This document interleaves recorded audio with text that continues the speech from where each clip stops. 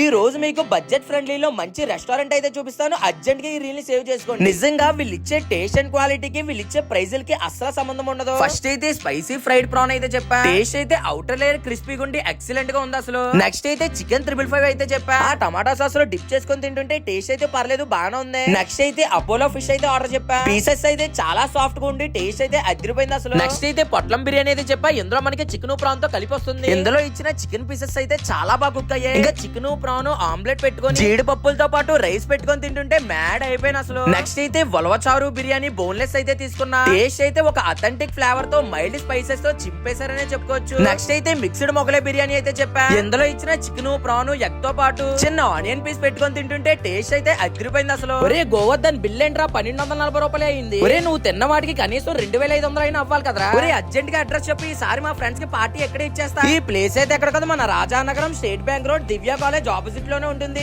మండపేట వారి గోదావరికి ఇచ్చిన 500 అబౌవ్ బిల్ చేసిన వాళ్ళకి లక్కీ డ్రా లో గిఫ్ట్స్ కూడా వస్తాయి. అంటే ఇక్కడ మీకు ఫుడ్ ఎలా అనిపించింది? ఫుడ్ అయితే ఎక్సలెంట్ అన్న, బడ్జెట్ అయిపోయింది.